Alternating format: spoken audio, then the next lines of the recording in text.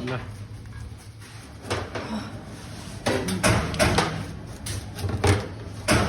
कस्तो सफ्ट भयो बट खायो भने चाहिँ अर्को अर्डर गरिदिए साँच्चै भने अलिक राम्रो प्लेट ल्याउनु पर्थ्यो ठिक्क भयो के हो मलाई कस्तो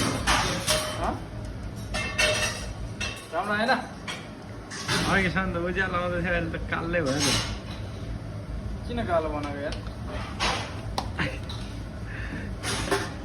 हामीले नै बनायो